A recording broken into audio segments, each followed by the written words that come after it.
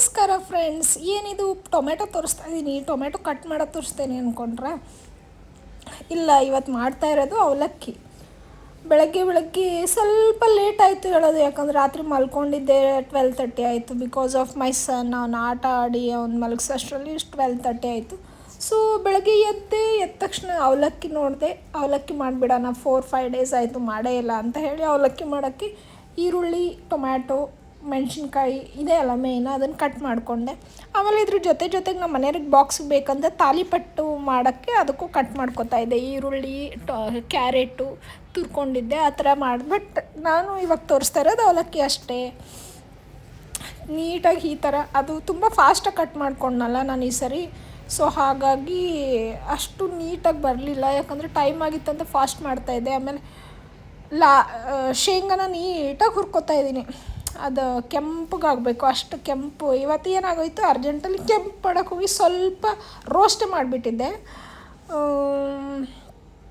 So ಹಾಗಾಗಿ ನೋಡಿ ಎಷ್ಟು ನೀಟಾಗಿ ಬಂತು. ಆಮೇಲೆ ಮೆಣಸಿನ್ಕಾಯಿ, ಕರಿಬೇವು, ಜೀರಿಗೆ, ಆಮೇಲೆ ಅಷ್ಟೇ ನೋಡಿ, ಸಿಕ್ಕಾಪಟ್ಟೆ ರೋಸ್ಟೇ ಆಗಿಬಿಟ್ಟಿತ್ತು. ಅದನ್ನು ಹಾಕ್ಕೊಂಡು ನೀಟಾಗಿ ಫ್ರೈ ಮಾಡಿಕೊಂಡೆ. ವಿತಿನ್ 10 ಮಿನಿಟ್ಸಲ್ಲಿ ಈ ರೆಸಿಪಿ ಮಾಡಿದ್ದೀನಿ ನೋಡಿ. ಎಷ್ಟು ಫಾಸ್ಟ್ ಮಾಡಿದ್ದೀನಿ ಅಂದರೆ ಮೈ ಗಾಡ್, ನನಗೆ ಆಶ್ಚರ್ಯ ಆಗಿತ್ತು ಇವತ್ತು.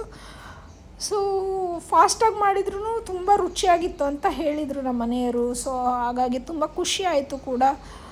ಆಮೇಲೆ ಲಾಸ್ಟಲ್ಲಿ ಟೊಮ್ಯಾಟೊ ಇದನ್ನು ಹಾಕ್ಕೊಂಡೆ, ಆನಿಯನ್ ಟೊಮ್ಯಾಟೊ, ಅದನ್ನು ಫುಲ್ ಚೆಂದ ಫ್ರೈ ಮಾಡ್ಕೊಂಬಿಟ್ರೆ ಅದು ಮಿಕ್ಸ್ ಮಾಡೋಕ್ಕೂ ಚೆನ್ನಾಗಿರುತ್ತೆ. ನಾನು ಆಲ್ರೆಡಿ ಅವಲಕ್ಕಿನ ನೆನೆಸಿಟ್ಕೊಂಡಿದ್ದೆ, ಸೊ ಹಾಗಾಗಿ ಅದು ಈಸಿ ಆಯಿತು ನನಗೆ ಅದನ್ನು ಮಿಕ್ಸ್ ಮಾಡ್ಕೊಳ್ಳೋಕ್ಕೆ.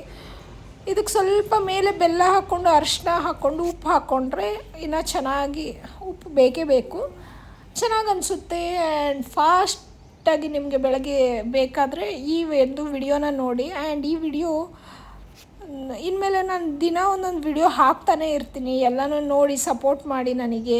ನಾನು ಇನ್ಮೇಲೆ ಕಂಟಿನ್ಯೂಯಸ್ ಆಗಿ ಲೈವ್ ಮಾಡೋದು, ಶಾರ್ಟ್ ಹಾಕೋದು, ವಿಡಿಯೋ ಮಾಡೋದು ಮಾಡ್ತೀನಿ. I promise you friends. And ನೋಡಿ, ಇವಾಗ ಉಪ್ಪು ಹಾಕಕ್ಕೆ ಹೋಗ್ತಾಯಿದ್ದೀನಿ ಅನಿಸುತ್ತೆ. ಉಪ್ಪನ್ನ ಯಾವಾಗಲೂ ಉಪ್ಪಿನ ಭರಣಿಯಲ್ಲೇ ನಾನು ಇಡ್ತೀನಿ. ಸೊ ಹಾಗಾಗಿ ಈಗ ಅರಿಶಿನ ಹಾಕ್ಕೊಂಡೆ ಅನಿಸುತ್ತೆ, ಅಲ್ಲ ಜೀರಿಗೆನ ನಾನು ಒಂದೊಂದು ಸತಿ ಮೊದಲೇ ಹಾಕ್ಕೋತೀನಿ, ಇಲ್ಲಾಂದರೆ ಆಮೇಲೆ ಹಾಕ್ಕೋತೀನಿ. ಆಮೇಲೆ ಹಾಕ್ಕೊಂಡ್ರೇ ರುಚಿ ಜಾಸ್ತಿ ನನಗೆ ಅನಿಸೋ ಪ್ರಕಾರ, ಹಾಗಾಗಿ ಆಮೇಲೆ ಜಾಸ್ತಿ ಹಾಕ್ಕೋತೀನಿ. ಸೊ ಹಾಗಾಗಿ ಚೆನ್ನಾಗಿ ಅನ್ನಿಸ್ತು ಇದೊಂಥರ. ಇವತ್ತು ಯಾವ ವಾರ ಆಗಿದಪ್ಪ ಇದು, ಹೀಗಾಗಿ ಚೆನ್ನಾಗಾಯಿತು.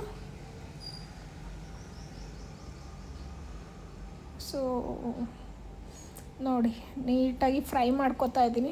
ಟಿಪ್ಸ್ ಏನಂದರೆ, ಬೆಳಗ್ಗೆ ಸ್ವಲ್ಪ ಒಂದು 10 ಮಿನಿಟ್ಸ್ ಬೇಗ ಇಳಿ, ಇದೇ ನನ್ನ ಟಿಪ್ಸು ಆ್ಯಕ್ಚುಲಿ ಈ ಒಂದು ಡಿಶಲ್ಲಿ. ಯಾಕಂದರೆ ಇಷ್ಟು ಫಾಸ್ಟಾಗಿ ಮಾಡಿದ್ದೀನಿ, ಫಸ್ಟ್ ಟೈಮ್ ಅವಲಕ್ಕಿನೂ ಇಷ್ಟು ಇನ್ಸ್ಟೆಂಟಾಗಿ ಮಾಡ್ಬೋದು ಅಂತ ಅನಿಸಿದ್ದು. ಇನ್ಸ್ಟೆಂಟು ಅವಲಕ್ಕಿ ಮಿನಿಮಮ್ ಮಾಡೋಕ್ಕೆ ಒಂದು 10 to 15 ಮಿನಿಟ್ಸ್ ತೊಗೋತೀವಿ ನೀಟಾಗಿ ಮಾಡೋಕ್ಕೆ.